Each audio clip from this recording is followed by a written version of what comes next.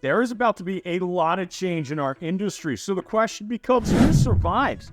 Everyone's talking about that, right? There's a lot of disagreement on how much is going to change, but time will tell with the best ideas and the best change business models, them ultimately winning. So let's talk about what so few are wanting to talk about, let alone admit: a reduction in agent count and a reduction in the amount of real estate companies.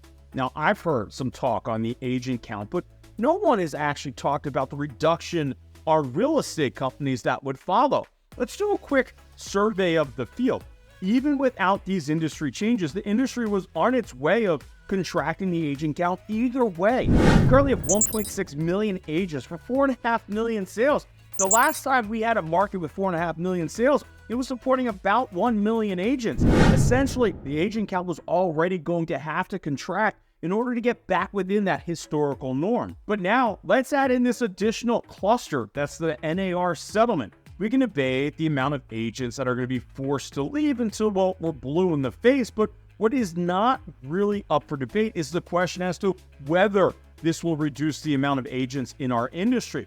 I think it's safe to say that it's a lot of the same agents that were going to be forced to head to the door due to the natural realignment from the decrease in sales, but I still think there will be additional fallout. I think this lawsuit essentially, well, it makes being a part-time agent nearly impossible. It was already nearly impossible, so maybe impossible? The people that are doing it for a hobby will be forced out of the industry. The ones who could retire but just don't want to will ultimately be forced to head to the door as well. Now, I think it all ends up creating a more professional industry, but unfortunately, a lot of people are going to get hurt while all this happens and shakes out. So back to the initial question, who survives? As we said, it's the professionals that will survive from the agent perspective. But what about on the real estate company side? How can an agent ecosystem that goes from 1.6 million agents to, let's call it 800,000 agents, support the same amount of agencies? It can. And there has been an explosion of agencies as the agent population has grown with it. Not all of them are going to survive. You have new models, you have some old models, and then you have new models, well, that are really just old models, but in disguise. You see, the high fees have given cover to not only the crappy real estate agents, but also the overweight real estate brokerages. You know, the overweight, the ones with too much overhead, ones that have the most expensive leases on Main Street with a ton of middle management. Which companies aren't going to make it? Maybe first, we should take a look at the 2023 net loss chart like this to get some insight. Ouch. Okay, in the end, I actually think an Open Door benefits from this. They're going to survive. Kiss Compass goodbye. Too much overhead with massive losses and dependent upon the luxury market. They're not going to be able to buy agents anymore like they currently do. Also, quick question for you. Do you really think that a very educated luxury buyer that is purchasing a $10 million house is going to stroke a $250,000 to $300,000 check for buyer agent representation? If you do think that's the case, Compass will make it in this changing market, and I got some magic beanstalk beans to sell you. Zillow, this one's really interesting. How do they pivot? They tried the home buying game, lost billions. They tried the Flex program with referrals and also lost a boatload of money as it required them to hire a ton of inside sales associates and account managers to manage all these real estate agents. The only way they have really been successful is actually selling leads to us agents. But a buyer lead isn't going to be nearly as valuable anymore. They won't be able to sell those same leads for the type of money that they're demanding right now, quite frankly. Zillow will need to adjust their model, but I think they ultimately make it. The model, it's not going to look the same as it does today, but again, they make it. And the reason why isn't most likely what you think. I think they actually make it due to the immense amount of data that they have. Data that us agents have actually given them over the years. Yep, we can thank all the dot loop and follow-up boss users for that one.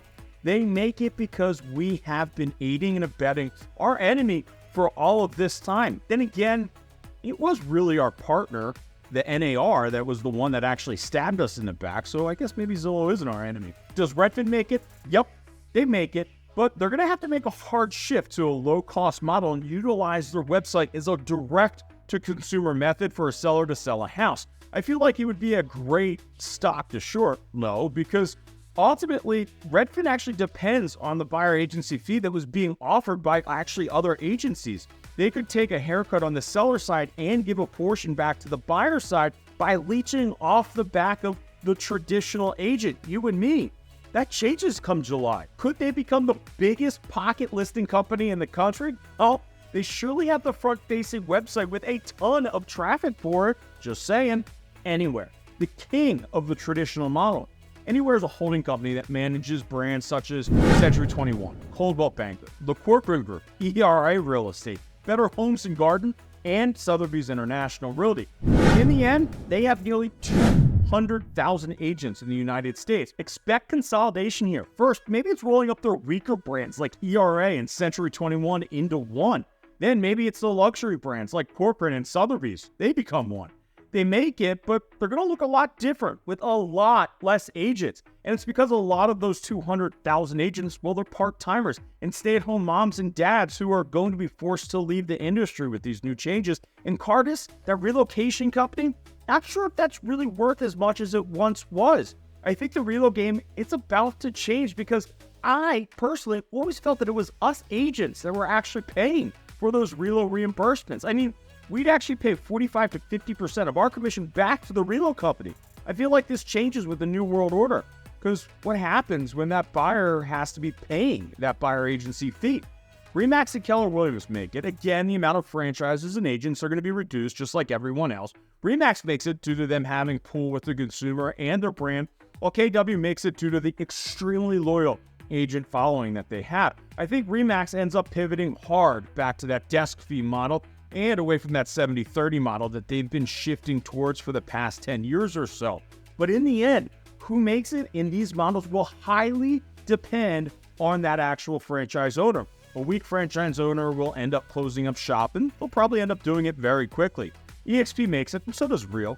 I believe it's the lower cost models that actually will end up thriving the most in this new world order. Minimal overhead with maximum money back to the agent while eking out a small profit, that's going to be the winning formula for success. eXp, it makes it due to them having an established footprint and such a big head start.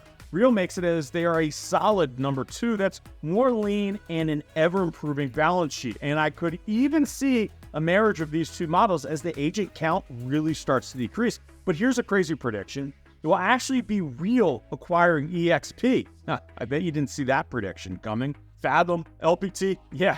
We don't really need to waste a lot of time on those guys. There's no chance they make it. I mean, if you think Compass is bad and how they buy agents, LPT is 10 times worse.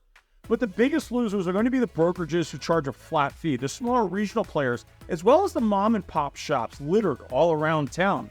These guys relied on that part-time agent that would sell a couple transactions a year, but were on commission splits that heavily favored the brokerage. Those are the agents that are going to be shown the door first and at a fast pace. And therefore, those are the companies that will be hardest hit and hardest hit the fastest. Who you're aligned with is more important than ever. Shifting your model, that's more important than ever as well. If the people that are advising you are saying that nothing is really going to change and to just pick up the phone and pound out that next FSBO or expired, then either get ready to start skimming the job boards or do yourself a favor and find a new mentor and a new company to align with. The world changed. Will all of these predictions be 100% correct? No, but a lot of it will, and hopefully it's got the wheels in your head churning about the change that our industry is really about to go through.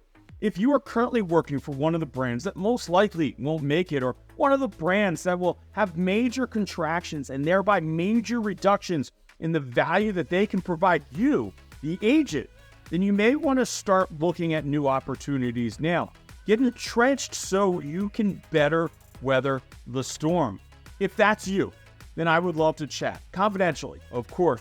Real is going to make it, and they are going to grow thanks to their financial technology segment of the company. The hurricane's coming. We can see it on the radar. The direct hit, it's going to happen in July, but we're starting to feel the effects of Hurricane NAR, well, far before it actually hits landfall. So, until next time.